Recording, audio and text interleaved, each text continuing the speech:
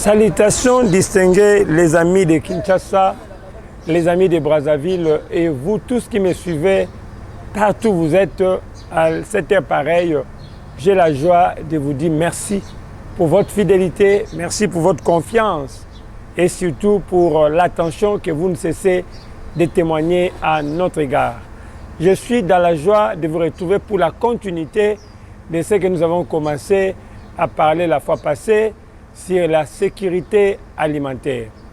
Je crois que tout a commencé par l'explication de certaines définitions que j'ai pu donner par rapport aux institutions qui prônent ou qui dirigent le monde.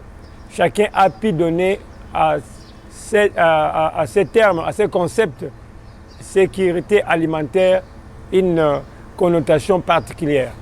Et nous sommes dans la joie de savoir que au moins il y a eu des gens qui ont eu à penser à ce que nous appelons la sécurité alimentaire. Alors nous voulons contextualiser par rapport à ce sujet, par rapport aux réalités congolaises, parce qu'il s'agit du Congo, parce que l'ONU, c'est vrai que le Congo fait partie de l'ONU, Congo bénéficie de l'œuvre de FAO, Congo bénéficie de l'œuvre de Banque mondiale et puis d'autres institutions. Donc la répercussion de cette définition doit être aussi vécue dans la vie quotidienne de la vie congolaise. Raison pour laquelle aujourd'hui, je m'en vais maintenant entrer en détail pour donner l'idée de ce que nous avons eu à déceler de ces différentes définitions que les autres ont pu donner par rapport à la sécurité alimentaire. D'abord, il faut commencer à savoir que quand on parle de la sécurité alimentaire, d'une manière claire, on voit des grands aspects importants. On voit d'abord ce que nous appelons l'insuffisance alimentaire et puis on parle aussi de la qualité des aliments. Alors quand on parle de suffisance alimentaire, parce que nous on parlera de l'insuffisance, quand on parle de la sécurité alimentaire, on voit d'abord la suffisance alimentaire. C'est-à-dire il faut que la population soit à la hauteur de consommer comme il faut ce dont il a besoin. La population a besoin de manger, la population a besoin de manger selon son besoin. C'est-à-dire, on a dit approvisionner à tout temps, à toute personne, à manger selon ses besoins. Alors, quand la population arrive à manger selon ses besoins, c'est-à-dire il se réveille le matin, il a mangé de déjeuner, il déjeune très bien, à midi, il mange très bien, et le soir, la même chose, cette population est dans ce que nous appelons la sécurité alimentaire du point de vue suffisance alimentaire.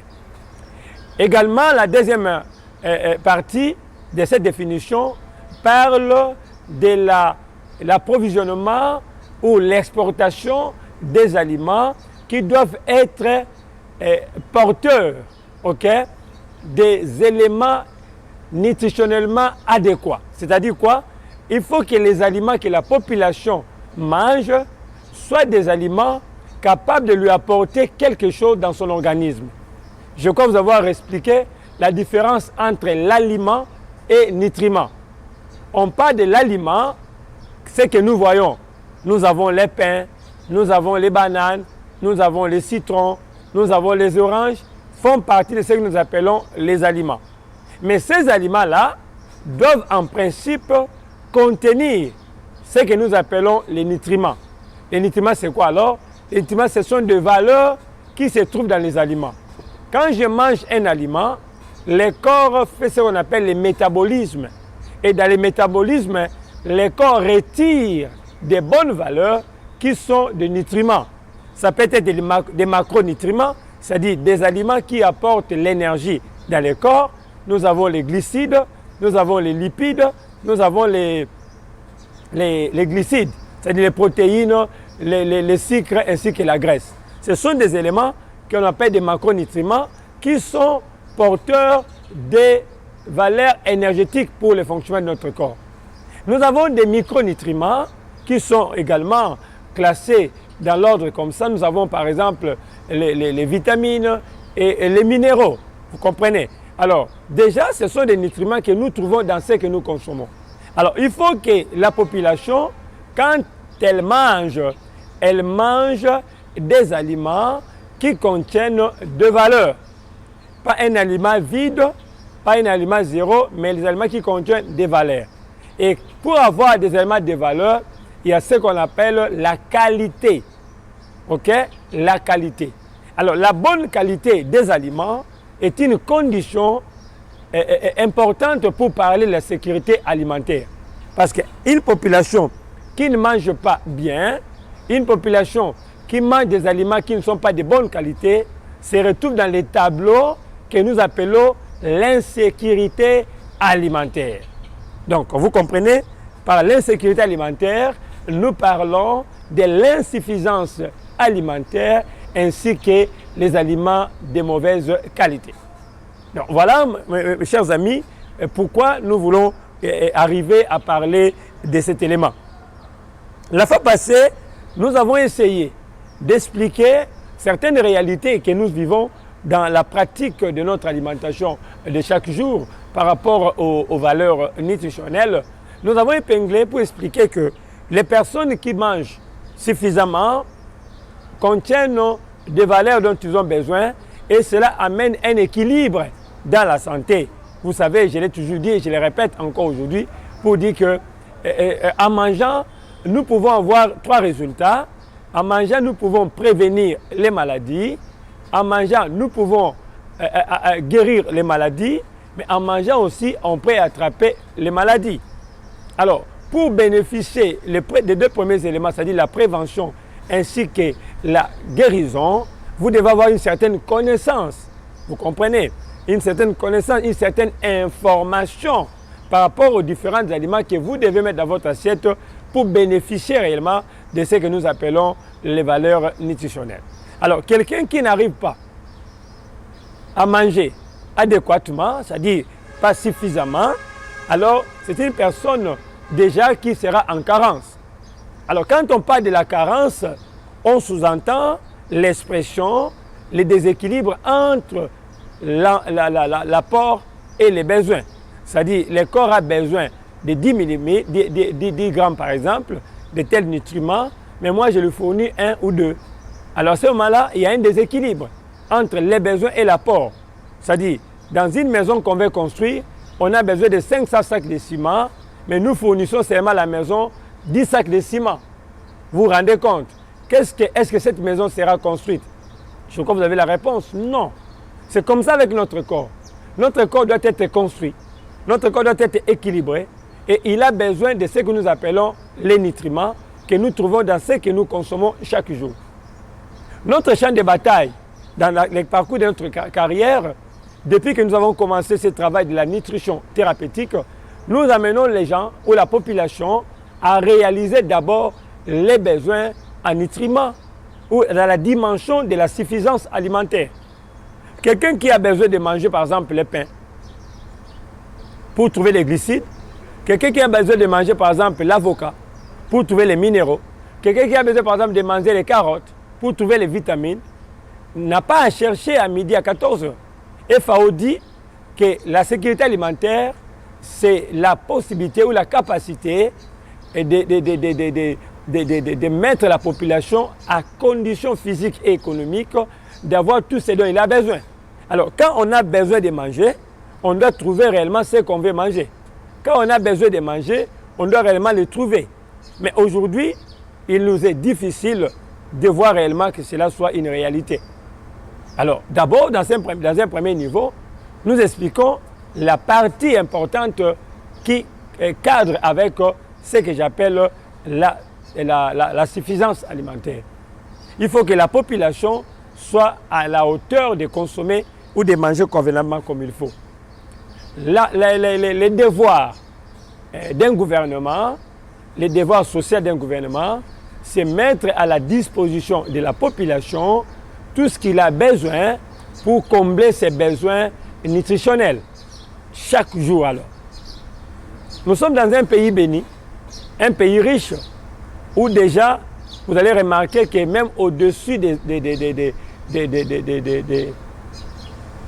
nos tôles, ils peuvent avoir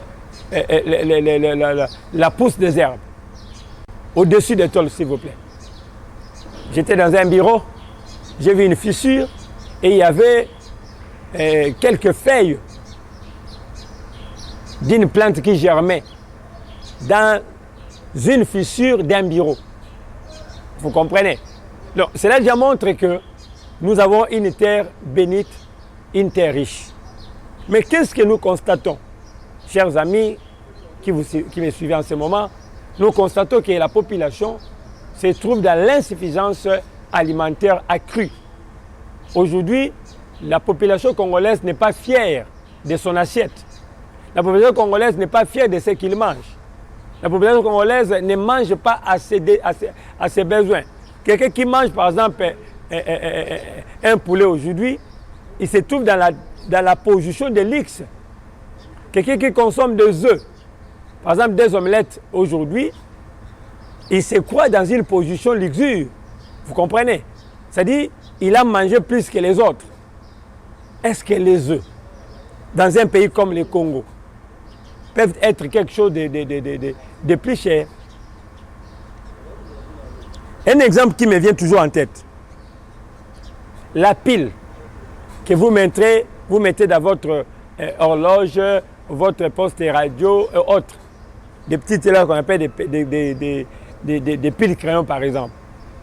Quand vous allez au marché, il se vend aujourd'hui à 200 francs. Il se vend par exemple à 150 francs. 200 francs. Moi j'ai acheté 4 tout récemment à 750. Ok? 4 à 750.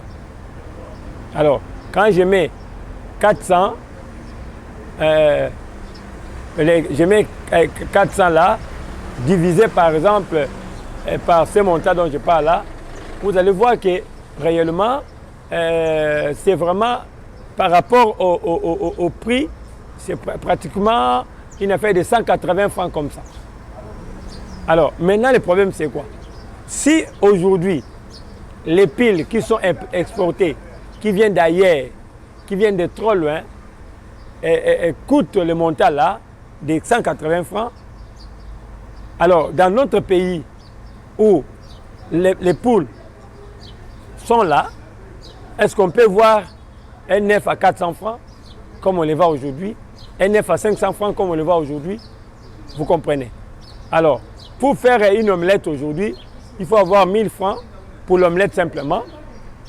Et si vous ajoutez du sucre, vous ajoutez du lait et vous ajoutez du pain, déjà pour les petits déjeuners, vous devez au moins avoir dans votre poche une affaire de 4000 ou 4500 francs.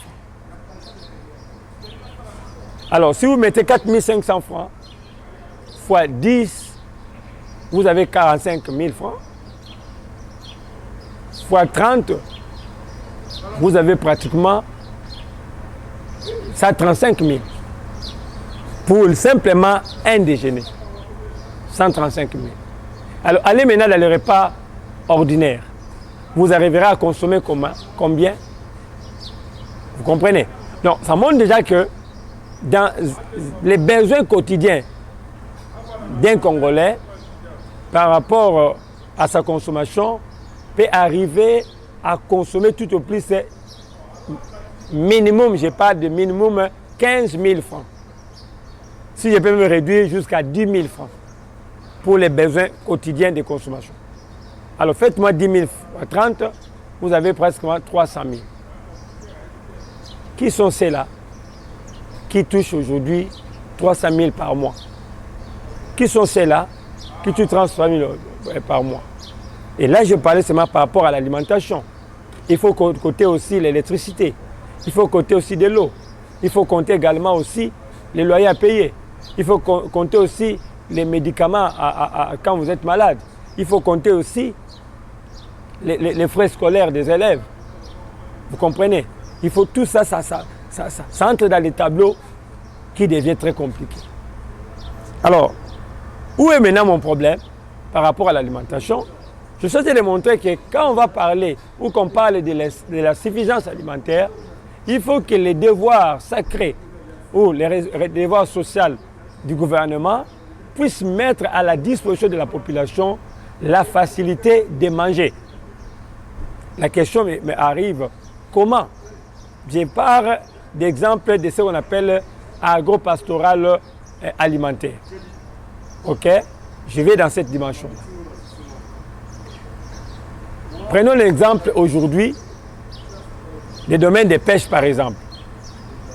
Le domaine de pêche. Si l'État congolais, dans les ministères de pêche, pouvait avoir des bateaux de pêche, ces bateaux qui permettraient à ce que la population puisse facilement acheter des poissons au prix que l'État congolais mettait à sa disposition. Comprenez? Parce qu'aujourd'hui, le pêcheur qui va aller chercher les poissons au grand fleuve, et ce pêcheur tient compte de beaucoup de paramètres. C'est un pêcheur qui va avec la pirogue. C'est un pêcheur qui utilise la pêche manuelle.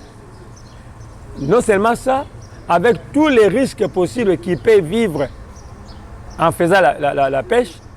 C'est un père de famille, il a une maison à louer, il a les frais à payer pour les élèves, il a les frais de soins de santé qu'il doit payer pour les enfants malades, il a les foufous qu'il doit acheter pour nourrir ses enfants.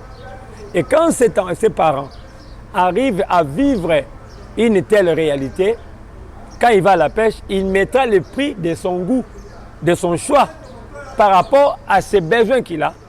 Il peut mettre un poisson à 30 000, un poisson à 40 000, parce qu'il sait que quand je vais vendre mes 5 poissons que j'ai pu attraper, je peux avoir déjà 50 000 francs, et déjà 50 000 peut me permettre de payer le loyer, de payer les frais pour mes enfants et autres. Et pour acheter les poissons-là, il faut être un nanti, il faut être dans une famille riche pour acheter ces poissons.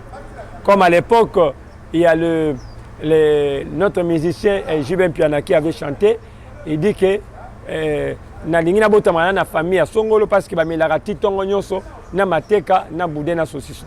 Vous comprenez? C'est-à-dire ce n'est pas toute la famille qui arrive à manger le matin un pain béret, un pain avec avocat, un pain avec ceci. Ce n'est pas toutes les familles. Vous comprenez? Alors d'où déjà quelqu'un qui a déjà dans sa tête ces calculs-là, parce que les poches ne comptent pas, il est difficile pour qu'il puisse manger des poissons. C'est pourquoi vous allez voir que les poissons frais coûtent énormément cher. Mais le fleuve ne manque pas de poissons.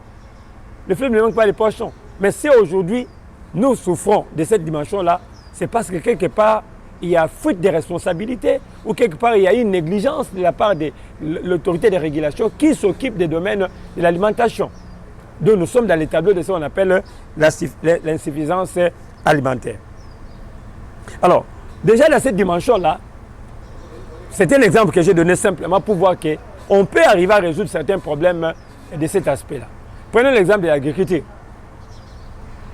Aujourd'hui, on parle de famille Bukangalonzo. On parle de famille service national, où je vois les amis ici de Koulouna qui sont maintenant mis à l'œuvre pour produire du riz et autres qui devaient servir la population. Ma question est maintenant de savoir, si aujourd'hui l'État mettait tout ce qu'il faut comme moyen pour qu'il y ait la production dans la culture, dans la dimension industrielle, où la population pourrait facilement trouver à manger. Je prends un exemple banal. Nous avons l'ex-première dame, Maman Olive Lembe, qui a aujourd'hui sa ferme qu'on appelle Ferme Espoir. Elle a ses services que l'on appelle agropastoral alimentaire. Elle a mis sur pied des structures qui produisent, il y a des viandes d'autre part, il y a des poissons, il y a du riz, il y a beaucoup de choses comme ça qu'elle met à la disposition de la population. Il a des maisons où on vend par exemple comme Égal et tas d'autres. Ce sont des maisons qu'un individu, étant qu'individu, fait pour ses propres intérêts bien sûr, parce qu'il met à la disposition de la population. Ça c'est pour une personne privée. Mais supposons que si l'État congolais lui-même avait aussi des fermes comme ça, si l'État congolais avait lui aussi des boutiques, des magasins où il peut vendre ses trucs, Vous croyez que la population manquerait? La population peut aller dans un magasin, dans un supermarché de l'État congolais, où il peut acheter des choses au bas prix. Est-ce qu'on peut me citer un seul,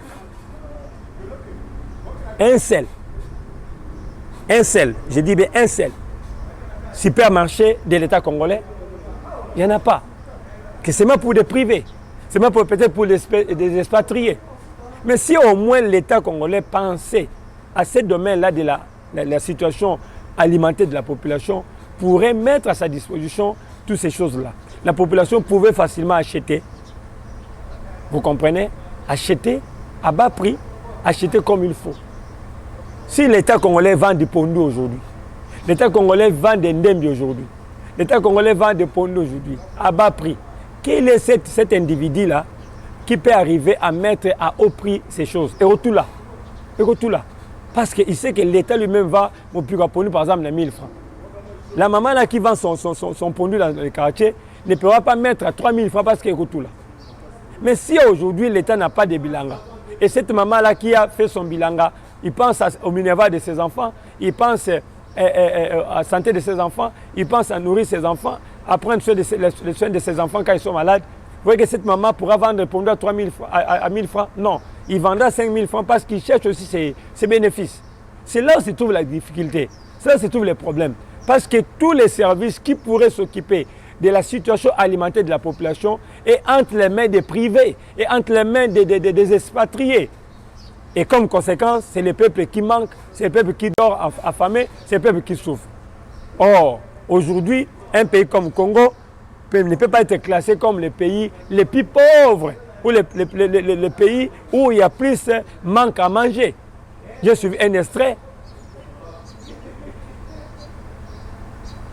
des Nations Unies qui classait la RDC comme le 3e pays qui souffre de la famine comme après le Yémen. Vous comprenez un peu. Donc ça montre quelque part que ça nous manque une certaine motivation, une certaine conscience, une certaine responsabilité de la part de ceux qui détiennent certaines responsabilités pour résoudre les problèmes de l'alimentation de la population. Donc, vous voyez déjà que quand je parlais de la sécurité alimentaire, on ne peut pas en penser quand on est dans un tableau selon lequel on manque à manger, on manque ce qu'il faut manger. Il y a des maisons là où depuis le matin, peut-être jusqu'à 7 heures, les enfants n'ont encore rien pris. Maman est encore en train de chercher au marché. Maman reviendra vers 19h et il va commencer à préparer 19h. Déjà vers 21h, les enfants sont déjà fatigués, ils vont dormir. Maman va réveiller les enfants à 23h pour qu'ils commencent à venir manger.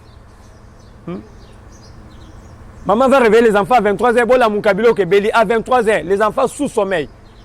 Et à quand est-ce qu'on pourra avoir une bonne santé et puis l'intelligence de ces enfants? C'est un problème sérieux. Donc la sécurité alimentaire, c'est un problème sérieux qui doit être une préoccupation pour ceux qui détiennent les ministères qui est lié à l'alimentation. Ça, c'est, j'ai parlé du point de vue purement suffisance alimentaire, du point de vue la suffisance alimentaire. Donc, pour aujourd'hui, j'insiste sur l'insuffisance alimentaire. Prochainement, je vais parler par exemple sur l'insécurité de l'alimentation par rapport aux choses que nous consommons ici. Mais j'insiste encore une fois pour aller terminer que le ministère des pêches, le ministère de l'agriculture, le ministère de l'élevage a la responsabilité de nourrir la population. A la responsabilité de nourrir la population. Et la population doit manger. C'est un devoir d'un gouvernement de nourrir la population. C'est un droit pour la population de manger. Si au moins aujourd'hui, l'État prenait en responsabilité ces choses, moi je ne crois pas que demain, on parlera de l'insuffisance alimentaire au Congo. Non, le Congo ne mérite pas ces mots-là. Le Congo ne mérite pas ces mots-là, l'insuffisance alimentaire. Ça ne sonne pas. Le Congo a tout ce qu'il faut. Je me souviens encore de pasteur Kijamina qui disait « Le Congo manque ce qu'il a. Le Congo manque ce qu'il a. Le Congo manque ce qu'il a. » C'est étonnant. C'est étonnant. Vous voyez. Le Congo manque ce qu'il a. Nous avons aujourd'hui les poissons dans le fleuve. Mais nous manquons. Lac Albert produit des poissons en grande quantité. Mais nous manquons aujourd'hui. Nous avons des espaces. Quand vous quittez déjà l'aéroport pour arriver en Passa, vous quittez Kinkole pour progresser vers Maluku. Tous ces espaces-là peuvent être exploités. Quand vous prenez le plateau de Bateke, ce sont des espaces, il y a des hectares et des hectares vides. Vides. Mais qu'on peut mettre quelque chose là-bas et nourrir la population. Non, il n'est jamais tard pour faire le bien. Il n'est jamais tard pour faire le bien. Il suffit seulement d'avoir une politique par rapport à cela et s'impliquer pour que cela soit possible. Il faut seulement avoir une certaine politique et pour que cela soit possible. Moi, je suis dans le domaine de la nutrition. Je suis dans le domaine de la nutrition. Je sais l'importance de ce qui c'est la nutrition par rapport à la santé de la population. Je sais qu'une population qui mange bien sera en bonne santé. Une population qui mange bien n'aura pas de problèmes sérieux par rapport à sa santé. Mais si aujourd'hui la population est malade, c'est parce que le premier aspect, c'est l'insuffisance alimentaire. Nous ne mangeons pas à nos besoins. Nous mangeons de manière insuffisamment bien. Les besoins quotidiens pour les fruits, c'est 5 fruits par jour. Qui est cette population qui est capable de manger 5 fruits par jour? Avec quels moyens? Avec quels moyens? On parle de l'approvisionnement. Quelle est cette famille qui aujourd'hui a dans la famille, a dans sa maison un sac de riz, un sac de maïs, un sac de manioc, un bidon d'huile de palme? Quelle est cette famille qui peut prétendre aujourd'hui dire que non, nous avons vraiment ce qu'il faut pour manger? Il y en a. La famille qui a comment dirais-je, dans les réfrigérateurs des éléments à manger. Combien? Donc voilà un peu comment les choses vont aller. C'est pourquoi aujourd'hui, j'ai parlé là, la sécurité alimentaire, j'ai abordé du côté l'insuffisance alimentaire. Nous demandons à nos autorités, nous demandons à ceux qui ont le pouvoir de veiller à ces domaines-là. Que l'État mette à la disposition de la population ce qu'il faut par rapport à l'assiette. Que l'État arrive à produire ce que la population a besoin. Et cela quittera le monde de privé. Parce qu'aujourd'hui, quand vous allez voir, tout ce qui est l'État est en berne. Tout ce qui est l'État est en faillite. Tout ce qui est l'État n'évolue pas. Parce qu'il y a des individus qui veulent s'enrichir, des individus qui veulent amasser des milliards dans leurs comptes en mettant la population dans la difficulté. Mais si cette conscience-là arrivait et qu'aujourd'hui nous avons des choses comme ça de l'État, moi je crois que les choses s'amélioreront au pays. Voilà, c'est par là que je voulais chuter pour vous retrouver prochainement pour un autre numéro. Alors comprenez, c'est un sujet tellement vaste où nous sommes en train d'insister. Nous sommes dans le domaine et nous militons pour que les gens prennent conscience de cela, que c'est ça du côté de la population ou du côté des autorités. Merci à Daniel qui a assuré la prise des images et merci aussi à Padou qui est à ses côtés et je crois que je vais vous retrouver prochainement pour un autre numéro. Que Dieu bénisse et à la prochaine.